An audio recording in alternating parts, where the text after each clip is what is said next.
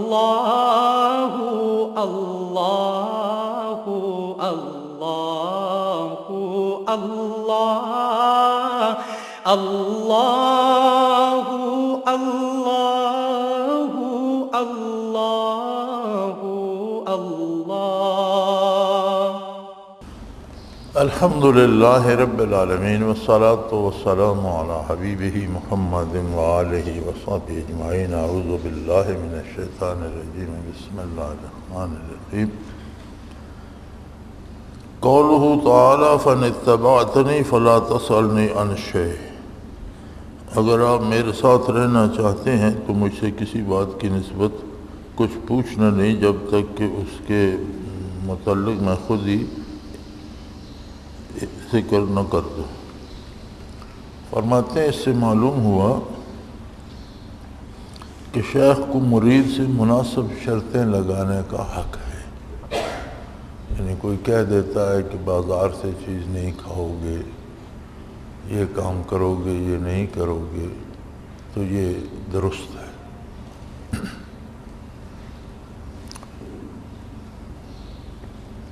حضرت رحمۃ اللہ علیہ جب ہم لطائف سیکھا کرتے تھے تو ہمیں فرمایا کرتے تھے کہ نماز تو باجماعت پڑھو، لیکن فرائض پڑھنے کے بعد لوگوں سے الگ ہو جاؤ اور اپنے سنت نوافل الگ پڑھو، لوگوں میں مل جل کر نہ رہو کہ ایک دوسرے کے اثرات پڑھتے ہیں اور وہ نقصان دیتے ہیں۔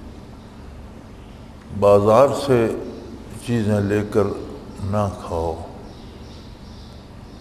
گھر سے دال روٹی کھاؤ۔ فرمایا کرتے تھے کہ بازار میں اگر حلال چیزیں جائز طریقے سے بھی پڑی ہوں تو سارا دن غریب اور بیچارے جو نہیں خرید سکتے ان کی حسرت زدہ نظریں ان پر پڑتی رہتی ہیں، ان میں نحوست آ جاتی ہے۔ تو شیخ اگر کوئی شرطیں لگاتا ہے تو وہ تربیت کے لیے ہوتی ہیں، اور اس کی اصل قرآن میں موجود ہے کہ وہ شرط لگا سکتا ہے کہ یہ کام کرو، یہ نہ کرو۔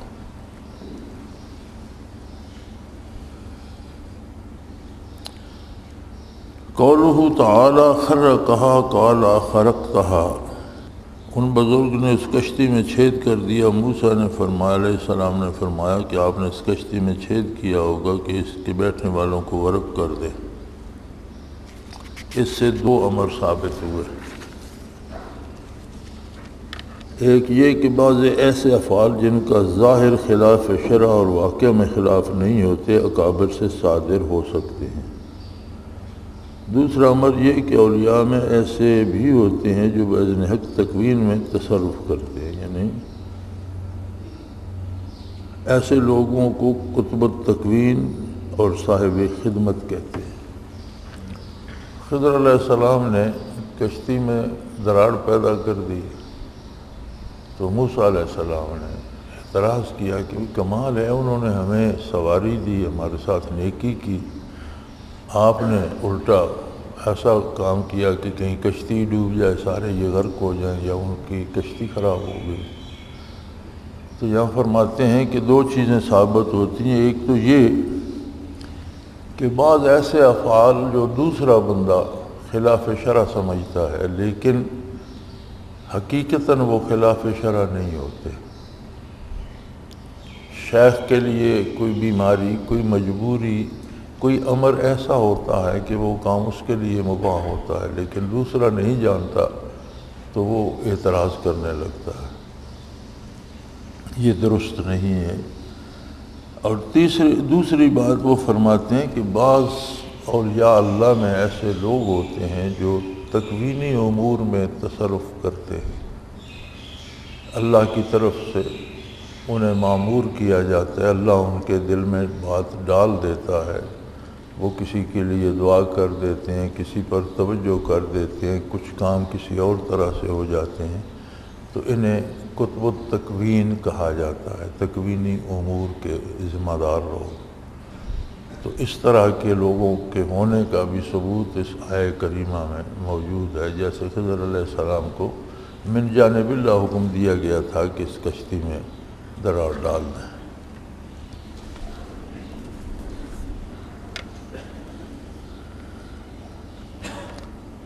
قولہ تعالی استطعم اہلہا، استطعم اہلہا، اس گاؤں کے رہنے والوں سے انہوں نے کھانا مانگا۔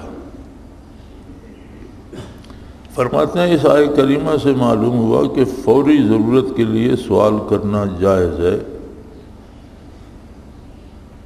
اور بعض اہل طریق نے ضرورت باطن کے لیے کہ ضرورت گروسری کے لیے اس کو کبھی کبھی اختیار کیا ہے۔ فرماتے ہیں کہ سوال کرنا بھی اسباب میں سے ایک سبب ہے، اور جائز امر کے لیے، جائز کام کے لیے جائز طریقے پر سوال کرنا جائز ہے، اور اس میں شرط یہ ہوتی ہے کہ اپنی ضرورت تو وہ سمجھے میری اللہ نے پوری کرنی ہے، اور ثواب کو اسباب میں سے ایک سبب سمجھ کر کرے، اور بلا ضرورت سوال کرنا جائز نہیں ہے۔ لیکن اسباب جو وسائل جو ہیں ان میں ایک وسیلہ سوال بھی ہے، اور بعض اہل طریقت فرماتے ہیں کہ ظاہری چیزوں پہ اس کا نہیں ہے، بلکہ یہ باطنی ضرورت کے لیے سوال کرنا جائز ہی نہیں، ضروری ہے کہ کیفیات قلبی کے لیے شیخ کو تلاش کرے، شیخ سے سوال کرے، شیخ کی منت سماجت کرے، تو یہ ضروری ہے۔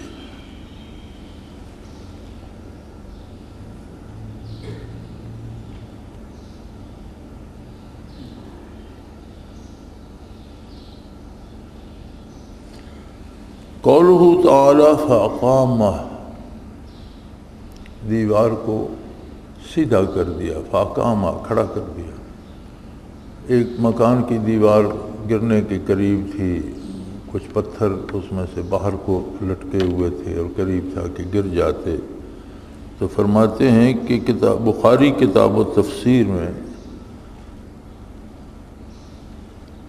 سعید سے روایت ہے کہ اس دیوار پر ہاتھ پھیر دیا اور وہ سیدھی ہو گئی۔ خضر علیہ السلام نے اس پر ہاتھ پھیرا اور وہ درست ہو گئی۔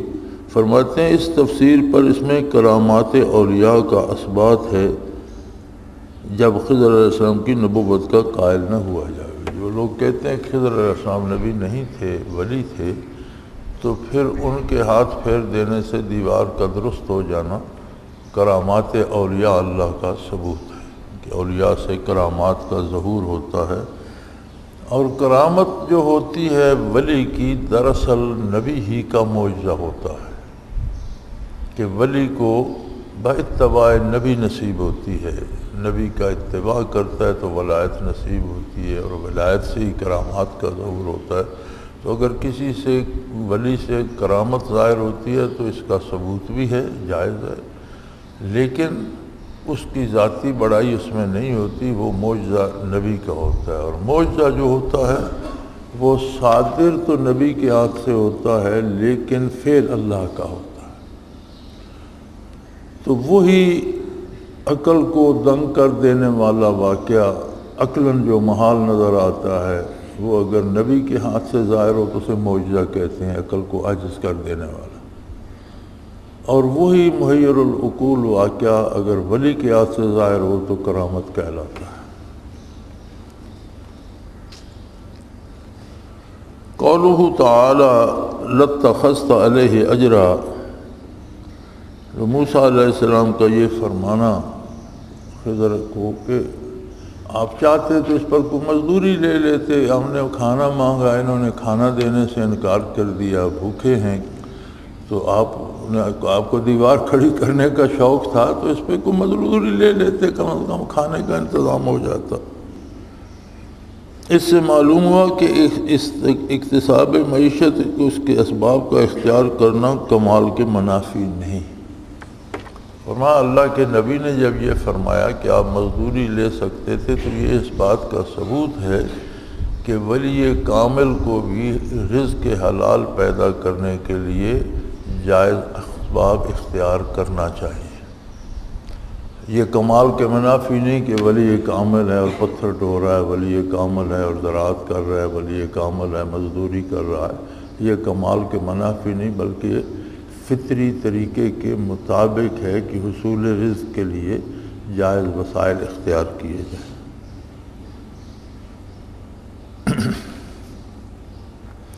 قال ھذا فراق بینی و بینک، اس بزرگ نے فرمایا کہ یہ وقت ہماری اور آپ کی جدائی کا ہے۔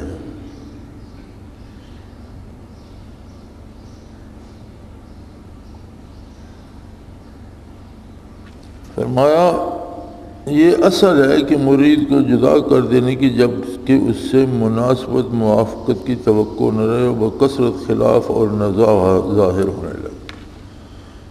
فرمایا کوئی مرید جب شیخ کی رائے سے اختلاف کرنے لگے تو شیخ کو یہ حق حاصل ہے کہ اسے الگ کر دے، بجائے اس کے کہ وہ مزید اعتراض کر کے نقصان اٹھائے۔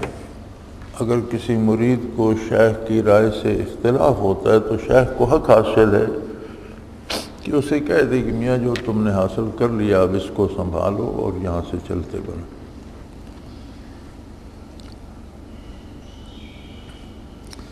قولہ تعالی وکان ابوہما صالحا، ان کا باپ ایک نیک آدمی تھا۔ اسی قصے کا ذکر ہے، دیوار جو سیدھی کر دی تو جب بتایا موسیٰ علیہ السلام کو تو فرمایا اس کے نیچے خزانہ تھا اور ان کا باپ ایک نیک آدمی تھا، اور اللہ کریم کی منشا ہے کہ یہ بڑے ہو کر یہ خود نکال لیں اپنا خزانہ۔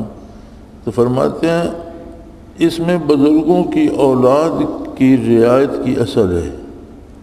یہ امر اہل سلوک کے لیے مثل امر طبی کی ہے، یعنی نیک لوگ جو ہوتے ہیں ان کی اولاد کے ساتھ رعایت کی جانی چاہیے، خواہ وہ کیسے بھی ہوں، لیکن ان کو ایذا دینا یا ان کو تکلیف دینا یا ان کی مخالفت کرنا درست نہیں ہے۔ یہ اس آیت سے ثابت ہوتا ہے کہ انہوں نے یہ نہیں فرمایا کہ یہ بچے نیک ہیں، فرمایا ان کا باپ نیک تھا، لہذا اللہ نے ان سے یہ رعایت فرمائی ہے کہ ان کا مال ضائع نہ ہو۔ تو فرماتے ہیں اس میں اس بات کی اصل ہے کہ بزرگوں کی اولاد سے رعایت کی جانی چاہیے۔ قولہ تعالی وما فعلتہ عن امری، انہوں نے فرمایا میں نے کوئی کام اپنی رائے سے نہیں کیا۔ اس سے ان لوگوں کا احتجاج ساکت ہو گیا جو کاملین سے امور خلاف شرع فی الواقع کا صدور جائز رکھتے ہیں۔ وجہ سکوت ظاہر ہے کہ حضرت خضر علیہ السلام کی یہ سب افعال معمور من المعمور بہی من اللہ تھے، اور یہی معمور بہی شرع ہے۔ اگر وہ نبی تھے تب تو افعال شرع جزئی کی طرف مستند ہیں، اگر نبی نہیں تھے تو شرع کلی کی طرف کسی اصل غامض سے استنباط کے ذریعے، جس پر موسیٰ علیہ السلام کو اس لیے اطلاع نہیں کہ ان پر وہ مسائل خاصہ منکشف نہیں ہوئے تھے جس لیے استنباط نہ کر سکے۔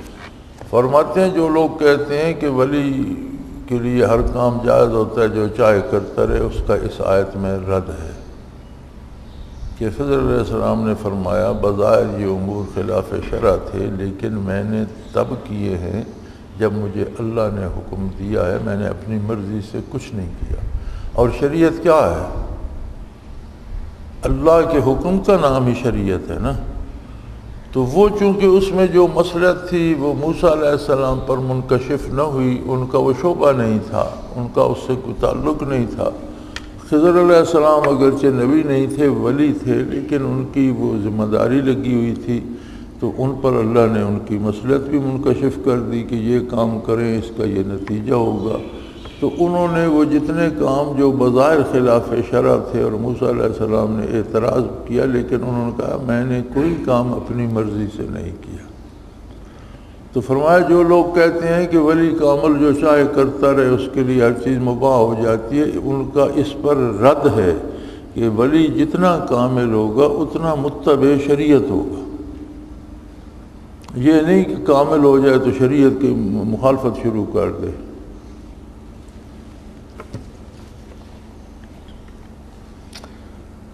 قولہ تعالی ذالک تعویل ما لم تستطع علیہ صبرا، یہ ہے حقیقت ان باتوں کی جن پر آپ سے صبر نہ ہو سکا۔ اس سے معلوم ہوا کہ ایسے مغیبات پر مطلع ہو جانا اور ان کا منکشف ہو جانا مقاصد میں سے نہیں۔ چنانچہ موسیٰ علیہ السلام باوجود کہ خضر علیہ السلام پر بوجہ اس کے قطعی نبی اور العزم اور اہل شرع مستقل ہیں، اکمل تھے، پھر بھی ان واقعات سے متعجب رہے۔ روح المعانی میں ہے کہ علماء نے اس قصہ سے، جیسا کہ شرح حدیث میں ذکر کیا ہے، اس پر استدلال کیا کہ طلب علم کے لیے سفر کا مستحب ہونا، علماء و مشائخ کے ساتھ ادب کا برتاؤ کرنا، ان پر اعتراض نہ کرنا، ان کے افعال و حرکات و اقوال میں جس کا ظاہر مفہوم نہ اس کی تعویل کر لینا، ان کے ساتھ جو عہد کیا ہے اس کو وفا کرنا، ان کے خلاف کچھ ہو جائے تو اس کی معذرت کرنا، سفر میں خادم کو ہمراہ لینا، وہ سفر کسی بزرگ کی خدمت میں ہو، سفر میں زیادہ راہ لے جانا، اس کا منافی توکل نہ ہونا، اور نسیان اور دیگر امور مکروہ کا شیطان کی طرف منسوب کرنا اور ان کی نسبت اللہ کرنے سے ادب کرنا۔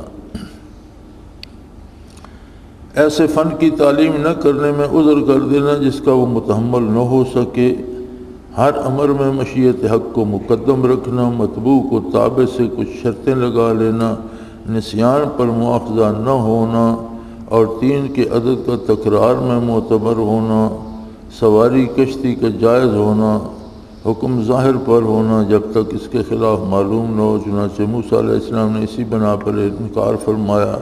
احتیاج کے وقت سوال طعام کا جائز ہونا، احسان کو ترک نہ کرنا اگرچہ نااہلوں کے ساتھ ہی نہ ہو، اعمال دنیاویہ پر اجرت لینا، اور آلات اکتساب یا کسی ناکافی چیز کے مالک ہونے سے مسکنت کا باقی رہنا، غضب کا حرام ہونا، زمین میں مال کے دفن کرنے کا جائز ہونا، اور بھی بہت سے فوائد ہیں جو تلاش یا غور سے معلوم ہو سکتے ہیں۔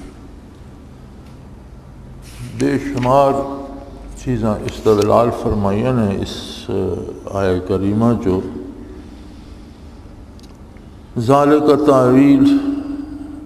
تعویل ما لم تستطع علیہ صبرا، یہ ان باتوں کی حقیقت ہے جن پر آپ صبر نہ کر سکے۔ اس میں فرماتے ہیں کہ اگر یہ مقصد ہوتا تو موسیٰ علیہ السلام جو اولو العزم رسول تھے ان پر منکشف ہوتا، لہذا کسی کام کی جو پوشیدہ چیزیں، مغیبات جنہیں کہتے ہیں، جو حواس انسانی سے پوشیدہ نتائج ہیں، ان پر مطلع ہونا ضروری نہیں ہے، مقاصد میں سے نہیں ہے۔ اگر اطلاع کر دے اللہ تو اس کا کرم ہے، بندہ مکلف ہے شریعت کے اتباع کا۔ اب اس سے دنیاوی امور میں کیا فائدہ ہوتا ہے، کتنا ہوتا ہے، کس طریقے سے ہوتا ہے، اگر یہ چیزیں اللہ منکشف کر دے، اس کی مہربانی نہ کرے تو یہ ضروری نہیں ہے کہ ان مکاشفات کو یا ان کے جو پوشیدہ چیزیں ہیں ان کو بھی جانتا ہو، بلکہ ضروری اللہ کے حکم کی اطاعت ہے۔ دوسری بات،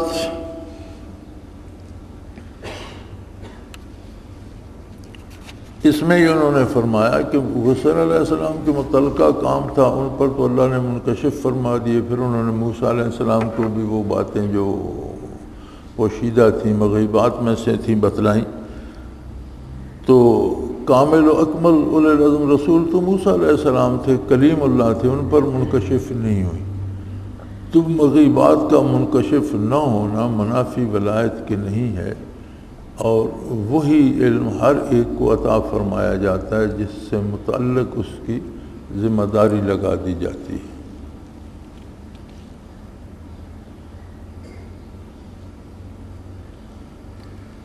دوسری بات وہ فرماتے ہیں، جس طرح موسیٰ علیہ السلام نے سیکھنے کے لیے اتنا لمبا سفر کیا، طلب علم کے لیے سفر کا مستحب ہونا،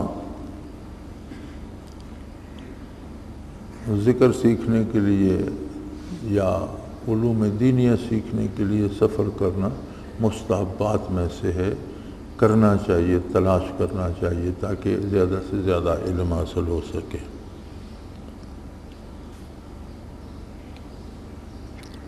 اس کے ساتھ فرمایا علماء و مشائخ کے ساتھ ادب کا برتاؤ کرنا، مقام و مرتبہ میں حضرت خضر موسیٰ علیہ السلام سے کہیں کم تھے، ایک ولی اللہ تھے اور وہ اولو العزم رسول تھے، لیکن چونکہ وہ ان سے کچھ سیکھنا چاہتے تھے تو انہوں نے اپنے سے کم تر بندے کا بھی ادب کیا۔ تو کچھ حاصل کرنے کے لیے فرماتے ہیں کہ ادب کرنا ضروری ہے، اور ان پر اعتراض نہ کرنا، اور ان کے افعال و حرکات و اقوال میں جس کا ظاہر مفہوم نہ اس کی تعویل کر لینا۔ بعض چیزیں ایسی ہوتی ہیں جو شیخ کے لیے تو اس وقت ان کا کوئی جواز ہوتا ہے، لیکن ہر بندے کو تو نہیں پتہ ہوتا، تو اس پر اعتراض نہ کرنا چاہیے۔ پہلی بات تو یہ ہے کہ بندہ سیدھا سیدھا اپنے کام سے کام رکھے، سیدھی سی بات ہے۔ آپ شیخ سے مراقبات سیکھنا چاہتے ہیں، اذکار سیکھنا چاہتے ہیں، اگر وہ آپ کی تربیت ہو رہی ہے الحمدللہ، باقی امور میں آپ کو محاسب نہیں ہے، آپ نے کوئی حساب نہیں لینا شیخ کا کہ آپ اس پہ تنقید کرتے رہیں۔ دوسری بات یہ ہے کہ اگر شیخ سے آپ کو کوئی اعتراض آئے تو یہ اس کی تعویل کریں، سمجھ لیں کہ مجھے غلطی لگ رہی ہے، جو کچھ شیخ کہہ رہا ہے یا کر رہا ہے اس کا کوئی جواز اس کے پاس ہوگا، اور اگر ان کے خلاف کچھ ہو جائے تو اس کی معذرت کرنا، اور اگر کوئی بے ادبی کر بیٹھے تو اسے چاہیے کہ فوراً معذرت کرے۔ یہ بڑا عجیب معاملہ ہوتا ہے، ایک بندہ دور بیٹھا ہوا وہاں بات کرتا ہے کہ جی یہ کام شیخ نے غلط کیا، شیخ کو پتہ ہی نہیں ہوتا کہ اس بندے نے میرے خلاف بات کی ہے، لیکن من جانب اللہ جو برکات جاری ہیں وہ منقطع ہو جاتی، اسے تب پتہ چلتا ہے کہ میرے پاس تو کچھ بھی نہیں رہا۔ تو اس کا علاج یہ ہے کہ اگر کوئی ایسی غلطی کر بیٹھے تو پھر شیخ کے پاس جائے، معذرت کرے، معافی چاہے تو بحال ہو سکتا ہے۔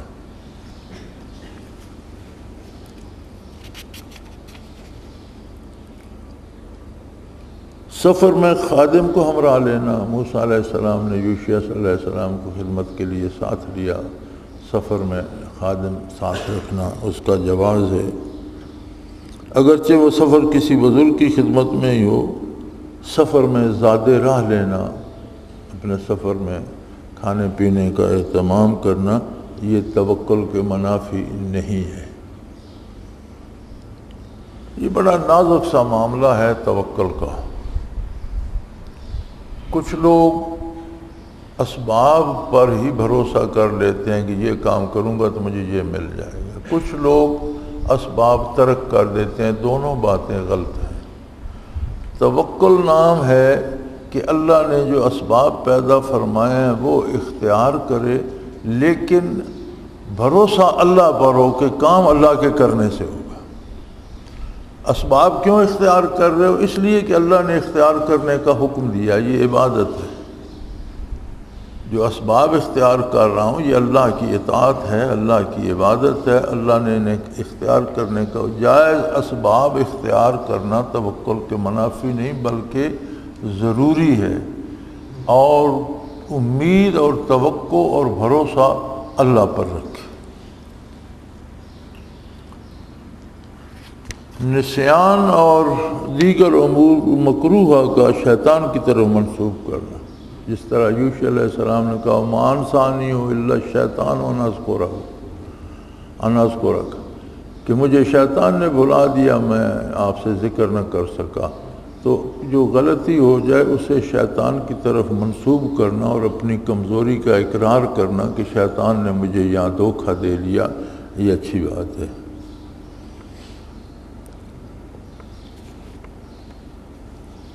اور ایسی کوتاہیوں کو اللہ کی طرف منسوب کرنا خلاف ادب ہے، جبکہ ہمارے ہاں جو برائی ہوتی ہے اسے ہم قدرت کی طرف منسوب کہتے ہیں، اللہ کا حکم ہی ایسا ہوگا۔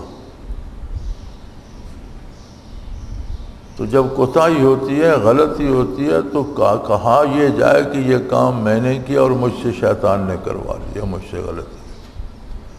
جبکہ یہاں عادت لوگوں کی یہ ہے کہ جب کوئی غلطی کرتے ہیں تو کہتے ہیں ایسا ہی لکھا ہوگا، اللہ کو یہی منظور ہو، قتل کر دیتے ہیں اور کہتے ہیں اللہ نے تو منع کیا ہے کہ کوئی کسی کی جان نہ لے۔ تو برائی کی نسبت اللہ کی طرف کرنا یہ سوء ادب ہے، گستاخی ہے۔ غلطی ہو جائے تو شیطان کی طرف نسبت کرے اور اپنی کمزوری قبول کرے کہ مجھ سے شیطان نے یہ غلطی کروا دی۔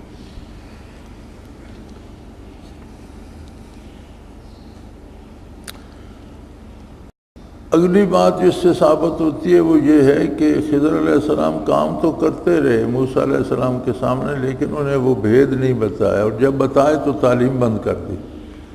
تو فرماتے ہیں شیخ کو حق حاصل ہے کہ شاگرد کو دیکھ لے، جس چیز کا وہ متحمل نہیں وہ چیز اسے نہ دے، یہ اس کا حق ہے، اس سے روک لے۔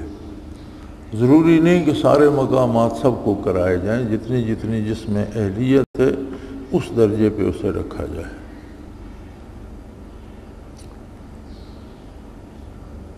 مطبوع کو تابع سے کچھ شرطیں لگا لینا، یعنی شیخ کو مرید سے دینے والے کو فیض حاصل کرنے والے سے شرطیں لگا لینا جائز ہے، اور نسیان پر مواخذہ نہ ہونا یہ بھی درست ہے۔ اگر غلطی ہو جائے، بھول چوک ہو جائے تو اس پر درگزر کرنا یہ درست ہے۔ اور حکم ظاہر پر ہونا جب تک کہ اس کے خلاف معلوم نہ ہو۔ ہمیشہ فیصلہ ظاہری حالات پہ کیا جائے گا جب تک اس کے اندر کی باتیں معلوم نہ ہو جائیں۔ چنانچہ موسیٰ علیہ السلام نے اسی بات پر انکار فرمایا ان امور پر۔ احتیاج کے وقت سوال طعام جائز ہونا، یعنی ضرورت دے وقت کھانے دا سوال دا جائز ہونا شرعی حدود دے اندر، اور احسان کو ترک نہ کرنا اگرچہ نااہلوں کے ساتھ ہی ہو۔ اگرچہ نااہل ہوئے اگلا بندہ، لیکن شیخ کو چاہیے کہ اس کے ساتھ، یا مومن کو چاہیے کہ اس کے ساتھ اپنا احسان کا رویہ ترک نہ کرے۔ جیسے گاؤں والوں نے کھانا دینے سے انکار کر دیا، لیکن خضر علیہ السلام نے ان کی دیوار درست کر دی، ان کے ساتھ احسان کیا، حالانکہ وہ نااہل لوگ تھے اور انہوں نے انکار کر دیا تھا۔ اعمال دینیہ پر اجرت لینا، دنیا دے جڑے کام، دنیا کے جو کام کسی کے کیے جاتے ہیں اس پر اجرت لینا جائز ہے۔ اس میں یہ چیزیں بھی آ جاتی ہیں کہ کوئی کسی کو بیماری کے لیے تعویذ دیتے ہے، اس پر اجرت لیتے ہے، تو یہ دنیاوی کام ہے، جائز ہے۔ قرآن کریم اگر کوئی ختم کراتا ہے کہ بیمار کے پاس ختم پڑھ دو اس سے شفا ہو جائے، تو یہ دنیاوی کام ہے، اس پر اجرت لینا جائز ہے۔ کوئی مکان بناتا ہے، گاڑی خریدتا ہے، کہتا ہے اس میں برکت کے لیے ختم کر دو، اس پر اجرت لینا جائز ہے۔ یہ جو ختم قرآن ہم کراتے ہیں ایصال ثواب کے لیے، میت کے لیے، اس پر اجرت لینا جائز نہیں ہے، دنیاوی امور پر جائز ہے۔ اور اس پر اگر آپ کھانا دیتے ہیں تو پڑھنے والے نے کھانا کھا لیا، اسے معاوضہ مل گیا، آپ نے جو کھانا دیا اس کے بدلے پڑھا لیا، ثواب نہ آپ کا نہ اس کا نہ مردے کو کچھ ملا، عدلے کا بدلہ ہو گیا نا۔ اس نے ختم پڑھا، کھانا کھا لیا یا پیسے لے لیے برابر ہے، اسے ثواب نہیں ملے گا، اس نے اپنی اجرت لے لی۔ آپ نے کھانا دیا، اس کے بدلے قرآن پڑھا لیا، آپ کے کھانے کا ثواب نہیں ہوگا، آپ نے اجرت پر اپنا کام کرا لیا، تو مردہ تو دیکھتا ہی رہ جائے گا۔ لہذا ایصال ثواب کے لیے اگر ختم قرآن کرایا جائے تو اس میں لوگ گھر سے کھا کے آئیں، اللہ کے نام پر پڑھیں اور واپس گھر جا کر کھائیں، اجرت بھی نہ لیں تو اس کا ثواب میت کو بخشا جا سکتا ہے۔ تو اگر عدلے کا بدلہ ہو گیا تو آپ کا کاروبار آپس میں برابر ہو گیا، میت کو کیا ملے گا؟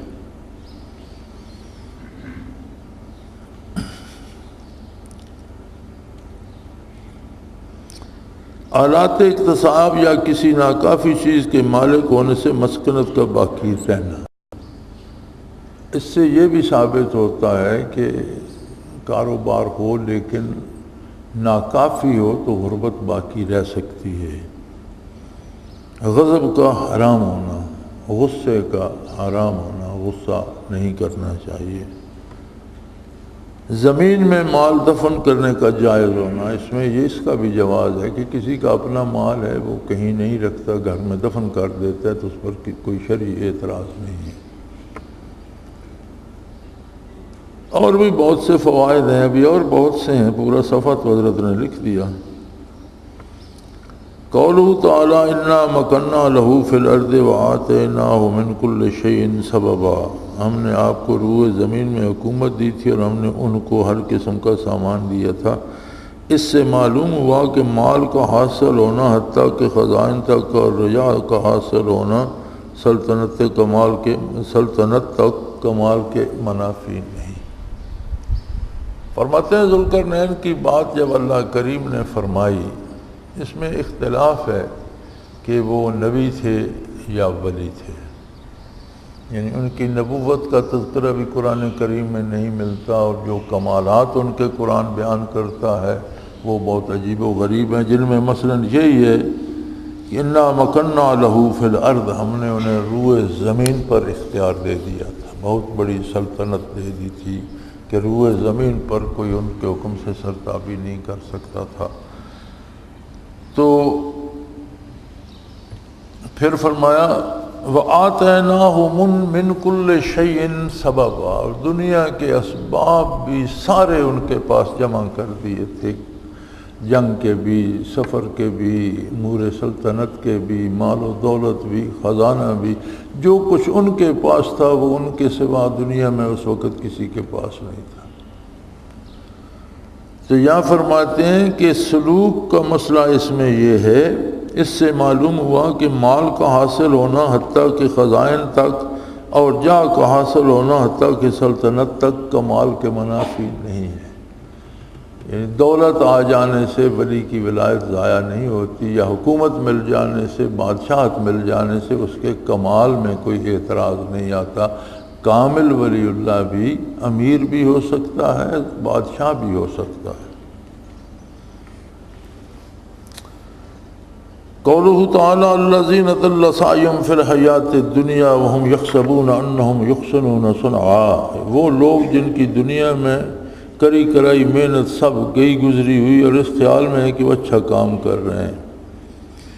یہ معنی کو بھی عام ہے، جیسا کہ اسرار القرآن میں ہے کہ بعض ایسے لوگ ہیں جو خانقاہ میں اس لیے بیٹھے رہتے ہیں کہ خلق کی نظریں ان پر پڑیں اور لوگ ان کی طرف متوجہ ہوں، اور اہل دنیا ان کے دام فریب میں شکار ہوں۔ پس یہ لوگ دنیا میں تو اس طرح خسران میں پڑتے ہیں کہ فضیحت ہو جاتے ہیں، اور اللہ ان کی حقیقت حال لوگوں پہ ظاہر کر دیتے ہیں، اور آخرت میں ان کا خسران اس طرح ہے کہ بارگاہ حق سے متردد ہوتے ہیں، معذب ہوتے ہیں۔ اسی طرح ارشاد و لا یشرک بعبادت بہ احدا، اور ذم ریا پر دال ہے کہ شرک عام ہے جلی کو اور خفی کو، اور ابن جبیر و حسن سے اس شرک کی تفسیر ریا سے منقول ہے، حدیث میں ریا کو شرک اصغر کہا گیا ہے۔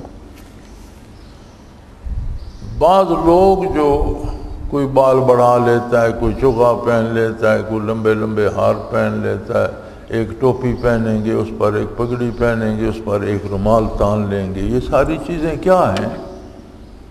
لوگوں کو متوجہ کرنے کے ہتھ کنڈے ہیں۔ ایک خاص قسم کی ٹوپی بنائیں گے، پھر اس خاص قسم کی اس پر پگڑی لپیٹیں گے، پھر خاص قسم کا کرتا بنائیں گے، یہ سب کیا ہے؟ وہ میرا ایک دوست ہوتا تھا چکوال، تو پیشہ اس کا فوٹوگرافی تھا، تو ایک دفعہ میں نے دیکھا تو اس نے مونچھیں اس طرح سے یہاں تک رکھی ہوئی تھیں، داڑھی صاف تھی اور اس طرح سے لمبی کر کے مونچھیں اس طرح۔ میں کہا تم کیا جوکر بنے ہو؟ کہنے لگا تم نہیں سمجھتے ہو، یہ ہے لک ایٹ می، یعنی یہ میں نے حلیہ اس لیے بنایا کہ لوگ مجھے دیکھیں، میں منفرد لگوں۔ تو اس نے وہ انگریزی جملہ چھوٹا استعمال کیا کہ یہ جو کچھ ہے یہ ہے لک ایٹ می۔ تو یہ لک ایٹ می یعنی مجھے دیکھو، فرمایا لوگ اللہ کے نام پہ بھی کرتے ہیں۔ آیہ کریمہ تو ہے کہ ایسے لوگ جن کی محنت دنیا میں بھی ضائع ہو گئی اور انہیں گمان یہ ہے کہ ہمارا انجام اچھا ہوگا، حالانکہ آخرت میں بھی ان کا کیا کرایا ضائع ہو۔ تو جو لوگ صاحب حال ہوتے ہیں وہ اپنے اصل حال میں رہتے ہیں، اور مشائخ اس بات سے منع فرماتے ہیں کہ جو تمہارا رہن سہن جو چلن ہے اس طرح سے رہو، کوئی حلیہ نہ بناؤ کہ میں اب بڑا نیک ہو گیا ہوں، پارسا ہو گیا ہوں، درویش ہو گیا ہوں، کوئی عجیب عجیب حلیے بنا لینا اور موتیوں کی مالائیں پہن لینا اور عجیب عجیب قسم کے جوتے کپڑے بنانا، اور یہ فرمایا یہ لک ایٹ می جو ہے یہ ریا ہے، لوگوں کا دکھاوا ہے۔ اس سے مراد ہے کہ لوگوں سے دولت بھی حاصل ہو، لوگ عزت بھی کریں، لوگ نیک سمجھیں۔ اور حضرت فرماتے ہیں کہ یہ جو ریا ہے یہ شرک ہے، اور حدیث شریف میں اس کو شرک اصغر کہا گیا ہے، چھوٹا شرک ہے، اور قرآن نے ہر طرح کے شرک سے منع فرمایا، لا یشرک بعبادتہ احدا۔ اب یہ جو لا یشرک ہے کہ اللہ کے ساتھ شرک نہ کیا جائے، اس میں یہ تخصیص نہیں ہے کہ بڑا شرک نہ کیا جائے، چھوٹا موٹا کر لو، نہیں، لا یشرک، کسی طرح کا شرک جو ہے وہ ذات باری میں نہ کیا جائے۔ اور ریا بھی شرک اصغر کی ایک قسم ہے، اللہ کو راضی رکھنے کی بجائے لوگوں کے لیے دکھاوا کرنا کہ لوگ دیکھیں اور مجھے نیک سمجھیں اور پارسا سمجھیں اور میرے پاس آئیں۔ تو فرماتے ہیں اللہ ایسے لوگوں کو دنیا میں بھی رسوا کر دیتے ہیں، ان کی حقیقت حال کسی نہ کسی طرح کھل جاتی ہے، اور آخرت کی انہیں توقع ہوتی ہے کہ ہم بڑے پارسا ہیں، بڑے لوگوں کو ہم نے اکٹھا کر رکھا ہے اور ان سے بھنگڑے ڈلوا رہے ہیں اور ان سے ذکر پر ڈانس کروا رہے ہیں۔ تو جب آخرت میں جاتے ہیں تو جن باتوں کو وہ نیکی سمجھتے ہیں وہاں وہ جرم بن کر گلے پڑ جاتی ہیں۔ یعنی دنیا کا بھی خسارہ، آخرت کا بھی خسارہ۔ سو کسی بھی عبادت میں دکھاوا اسے ضائع کرنے کے لیے کافی ہے، اور سالک کو تو ہر حال میں چاہیے کہ دکھاوے سے ہر طرح پرہیز کرے۔ وآخر دعوانا ان الحمد للہ رب العالمین۔ الحمد للہ رب العالمین والصلاة والسلام۔ اللہم ربنا لا تقتلنا بغضبک ولا تہلکنا بعذابک واعف عنا قبل ذلک۔ اللہم ربنا لا تسلط، اللہم ربنا نور قلوبنا بنور المعرفة والایمان۔ اللہم ارزقنا اتباع نبیک صلی اللہ علیہ وسلم، اتباع خلفاء الراشدین المہدیین۔ اللہم ربنا سلنا امورنا کلہا فی دیننا و دنیانا، رب یسر رب یسر رب یسر ولا تعسر وتمم بالخیر، وصلی اللہ تعالی علی حبیبہ محمد وآلہ وسلم برحمتک۔ اللہ اللہ اللہ اللہ اللہ اللہ اللہ اللہ۔ حضرت امیر محمد اکرم آوان مد ذلہ العالی دارالعرفان منارہ ضلع چکوال میں سالہ سال سے قرآن و حدیث کے اوپر خطابات کر رہے ہیں، اور سلسلہ نقشبندیہ اویسیہ کے مطابق لوگوں کو ذکر الہی کی تربیت دے رہے ہیں۔ وہ قرآن پاک کی تفسیر ترتیب وار بیان کر رہے ہیں۔ تفسیر قرآن کو وہ موجودہ ملکی اور بین الاقوامی حالات کے مطابق بیان کرتے ہیں۔ موٹر وے سے کلر کہار کے انٹرچینج سے نکلتے ہوئے، کلر کہار کی جھیل سے ہوتے ہوئے، میانی، بوچھال اور نورپور سے گزرتے ہوئے دارالعرفان منارہ پہنچ سکتے ہیں۔ حضرت امیر محمد اکرم آوان نے بچیوں اور بچوں کی دینی اور دنیاوی تعلیم کے لیے سقارہ اکیڈمی کے نام سے ایک درسگاہ بھی قائم کی ہے، جس کا افتتاح ملک پاکستان کے صدر جنرل محمد ضیاء الحق نے اپنے دست مبارک سے کیا تھا۔ وہ تمام احباب جو اسلام کی طلب رکھتے ہیں ان سے گزارش ہے کہ دارالعرفان منارہ ضلع چکوال میں امیر محمد اکرم آوان صاحب کے خطابات سے مستفید ہوں۔ وہ ہر جمعے کو نماز سے پہلے بیان فرماتے ہیں۔ ہر ماہ کی پہلی اتوار کو ماہانہ اجتماع ہوتا ہے جس میں آپ خصوصی خطاب فرماتے ہیں، اور پاکستان کے چاروں صوبوں سے احباب اس اجتماع میں شرکت کرتے ہیں۔ اس کے علاوہ یہاں سال میں 2 مرکزی اجتماعات بھی ہوتے ہیں، ایک رمضان المبارک میں اعتکاف کا اجتماع اور دوسرا جولائی اور اگست میں 40 دن کا اجتماع ہوتا ہے جس میں روحانی تربیت کی جاتی ہے۔ اپنا خون سیماب دے کر اتنا ہم کر جائیں گے، نام آقا کا چمن میں پھر رقم کر جائیں گے۔